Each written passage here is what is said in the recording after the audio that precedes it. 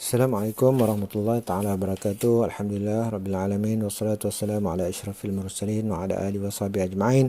Rabbi shrah li sadri wa yassir li amri wa hlul 'uqdatam min lisani yafqahu qawli. Alhamdulillah kita bertemu lagi pada pelajaran sirah kita, sambungan pada muka surat 34, iaitu dalam pelajaran kedua. Sebelum ni kita belajar dalam pelajaran pertama, fasa-fasa pertama, iaitu fasa-fasa ataupun peringkat-peringkat dakwah Rasulullah sallallahu alaihi wasallam sehinggalah berlakunya peristiwa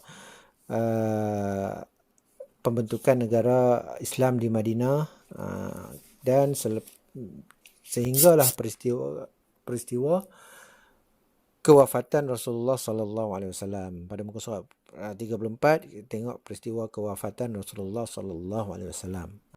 Apa yang kita perlu tengok pada pelajaran ni, pada tajuk ni, iaitu hasil pembelajaran. Apa yang perlu kita dapat, iaitu menceritakan peristiwa kewafatan Rasulullah sallallahu alaihi wasallam. Kita dapat menceritakan peristiwa kewafatan Rasulullah sallallahu alaihi wasallam, menceritakan penentuan khalifah pertama, macam mana melantik pemimpin selepas Rasulullah wafat tu, siapa nak jadi pemimpin, dan mengambil iktibar daripada sirah Rasulullah sallallahu alaihi wasallam, iaitu mengambil pengajaran daripada sirah yang kita baca, sirah Rasulullah yang kita baca, kita ambil pengajaran. Unit pertama kita baca peristiwa kewafatan Rasulullah sallallahu alaihi wasallam. Rasulullah sallallahu alaihi wasallam ialah nabi atau utusan Allah Subhanahu wa taala yang terakhir, nabi yang terakhir. Baginda terpelihara daripada dosa dan mempunyai kedudukan tertinggi di sisi Allah Subhanahu wa taala. Rasulullah sallallahu alaihi wasallam amat disayangi oleh semua sahabat sehingga mereka sanggup menggadaikan harta dan nyawa mereka demi agama Allah dan demi Rasulullah sallallahu alaihi wasallam. Namun baginda juga makhluk ciptaan Allah Subhanahu wa taala yang bersifat tidak kekal. Okey, itu Rasulullah. Walaupun macam mana, Rasulullah ni adalah Allah Taala ciptakan daripada jenis kita, jenis manusia. Walaupun Rasulullah ni berlainan. Rasulullah ni Allah Taala ciptakan dia maksum, iaitu terpelihara daripada dosa. Tapi dia tetap Allah Taala ciptakan sebagai ada sifat-sifat manusia. Ada sakit, ada sedih, gembira, ada hidup, dan tiba masanya Rasulullah meninggal dunia ataupun diwafatkan. Pada muka surat 35, Hajjatul Wada'. Hajjatul Wada'. Rasulullah sallallahu alaihi wasallam menunaikan ibadah haji cuma sekali saja sepanjang hidup baginda. Rasulullah pergi haji sekali ya, walaupun dia duduk di Mekah. Daripada kecil lahir di Mekah, kemudian berpindah ke Madinah, duduk di Madinah. Kemudian selalu pergi ke Mekah, tapi dia buat haji sekali ya sepanjang hidup dia. Yang lain tu semua dia buat umrah. Itulah haji pertama dan juga haji terakhir yang dilakukan oleh Rasulullah sallallahu alaihi wasallam kerana baginda wafat selepas beberapa minggu pulang daripada menunaikan rukun Islam yang kelima itu. Okey, haji rukun Islam yang kelima lah. Haji tersebut dikenali sebagai Hajjatul Wada' yang bermaksud haji perpisahan. Bila berlaku? Tengok bawah tu. Pada 9 Zulhijjah tahun 10 Hijrah. Maksudnya tahun 10 Hijrah ni 10 tahun selepas peristiwa hijrah Nabi pergi daripada Mekah ke Madinah. Dia lari daripada Mekah ke Madinah, dia hijrah daripada Mekah ke Madinah 10 tahun selepas tu. Rasulullah SAW bersama-sama rombongan haji seramai 100,000 orang jemaah tiba di Arafah. 100,000 pada masa tu, dah ramai dah. Dia pergi di Arafah untuk berhaji, salah satu daripada rukun haji. Setelah menyempurnakan ibadah wukuf, baginda menyampaikan khutbah terakhir di hadapan umat Islam. Peristiwa itu berlaku pada 9 Zulhijjah. Okey, 9 Zulhijjah tahun 10 Hijrah. Sekilas info kita tengok sikit. Bukit Arafah terletak di sebelah timur kota Mekah. Anggaran ketinggian adalah 70 meter. Ketinggiannya bukit tu 70 meter.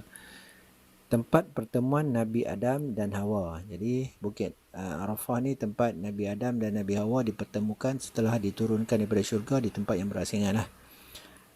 Jarak antara Bukit Arafah dan Mekah adalah 22 km. Tu jarak dah. Setiap kali orang pergi Mekah nak untuk buat haji, mereka kena pergi ke Arafah ni untuk wukuf di sana ataupun untuk bermalam di sana. Lepas tu dia patah balik pergi ke Mekah. Jadi jarak dia 22 km lah. Ni boleh naik kereta. Zaman dulu naik binatang tunggangan lah dan jalan kaki. Okey. khutbah dan wahyu terakhir Rasulullah sallallahu alaihi wasallam. Khutbah Rasulullah sallallahu alaihi wasallam yang disampaikan di Arafah adalah antara pesanan atau peringatan terakhir baginda buat seluruh umat Islam. Intisari khutbah terakhir Rasulullah sallallahu alaihi wasallam ialah satu, jangan menyakiti sesiapa pun. Dilarang menyakiti sesiapa pun tanpa sebab. Nombor dua, riba diharamkan oleh Allah Subhanahu Wa Taala. Amalan riba ni yang diamalkan tu dah diharamkan. Nombor tiga, suami mempunyai hak terhadap isteri dan isteri juga mempunyai hak terhadap suami. Jadi sebelum Islam, zaman jahiliah, isteri ni dia tak ada hak. Dia tak boleh mohon, dia tak ada hak terhadap suami dia. Macam itulah. Tapi bila mai Islam, Islam bagi hak terhadap kedua-dua belah pihak. Semua dua-dua belah pihak kena tunaikan hak dia. Isteri kena hormat suami, suami pun kena hormat isteri. Nombor dua, melayani kaum wanita dengan baik. Maksud melayani itu mengangkat martabat wanita lah, pada tempat yang lebih dimuliakan. Zaman jahiliah tu wanita ni tidak dipandang mulia lah, sehingga boleh dijadikan barang yang untuk dijual dan beli ataupun diwarisi. Nombor lima, sembah Allah Subhanahu Wa Taala, dirikan solat 5 waktu, berpuasa di bulan Ramadan, membayar zakat dan tunaikan haji jika mampu. Ini rukun Islam, kena tunaikan rukun Islam. Nombor 6, tidak ada lagi Nabi atau Rasul selepas Rasulullah sallallahu alaihi wasallam. Nabi pesan selepas dia tak ada dah Rasul selain dia. Selepas dia tak ada dah Rasul yang lain. Setelah Rasulullah sallallahu alaihi wasallam menyampaikan khutbah pada muka surat 37, setelah Rasulullah sallallahu alaihi wasallam menyampaikan khutbah tersebut, turun wahyu terakhir. Wahyu terakhir pun turun. Firman Allah Subhanahu Wa Taala, A'udzubillahi minasyaitonirrajim. Al-yawma akmaltu lakum dinakum wa atmamtu 'alaikum ni'mati wa raditu lakumul Islam dina, ila akhir ayat. Surah Al-Maidah ayat ketiga. Maksudnya, pada hari ini, Allah Ta'ala sebut pada hari Hajatul Wada' tu, aku, yakni Allah, telah sempurnakan bagi kamu agama kamu. Maknanya agama Islam telah sempurna dengan perintah-perintah dan hukum-hukum dia. Dan aku telah cukupkan nikmatku kepada kamu. Dan aku telah redha Islam itu menjadi agama untuk kamu. Jadi Allah Ta'ala meredha agama Islam jadi agama kita. Jadi jangan cari agama lain lagi. Semasa mendengar firman Allah Subhanahu Wa Taala yang disampaikan oleh Rasulullah sallallahu alaihi wasallam, Sayyidina Abu Bakar tidak dapat menahan air matanya, lalu menangis. Apabila ditanya kepadanya, mengapa engkau menangis? Sayyidina Abu Bakar menjawab, tidak ada kesempurnaan melainkan akan datang kekurangan. Hal ini kerana beliau menyadari bahawa ajal Rasulullah sallallahu alaihi wasallam sudah hampir dan baginda akan meninggalkan mereka pada bila-bila masa sahaja. Tu Abu Bakar lah, pemahaman dia macam tu. Orang yang paling dekat dengan Rasulullah. Kemudian Rasulullah sallallahu alaihi wasallam jatuh sakit. Peristiwa Rasulullah sallallahu alaihi wasallam jatuh sakit. Rasulullah sallallahu alaihi wasallam mula jatuh sakit pada akhir bulan Safar tahun 11 Hijrah. Tadi tahun 10 Hijrah, bila dia balik, Muharram Safar, bulan kedua daripada tahun 11 Hijrah. Muharram Safar.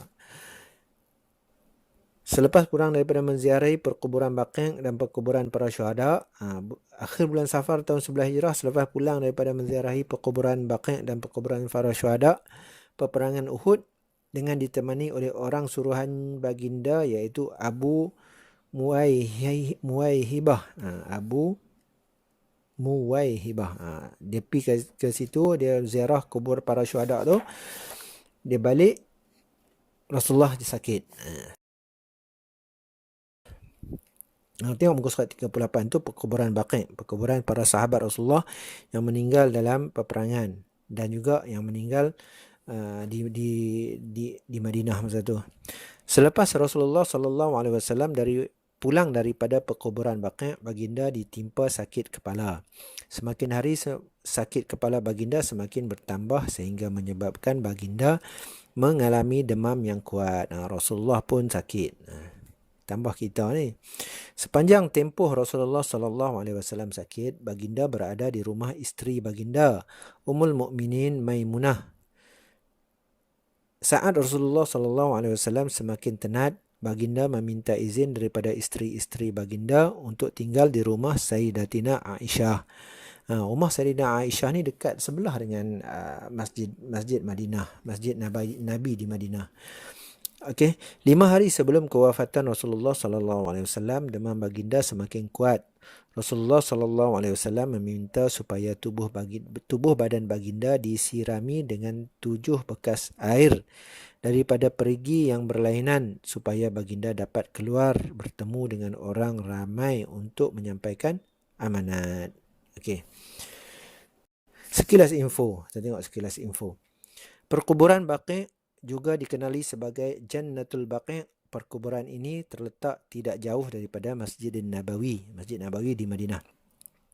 Perkuburan syuhada terletak di antara Bukit Uhud dan Bukit Rummah, kira-kira 5 km ke utara Masjid Nabawi.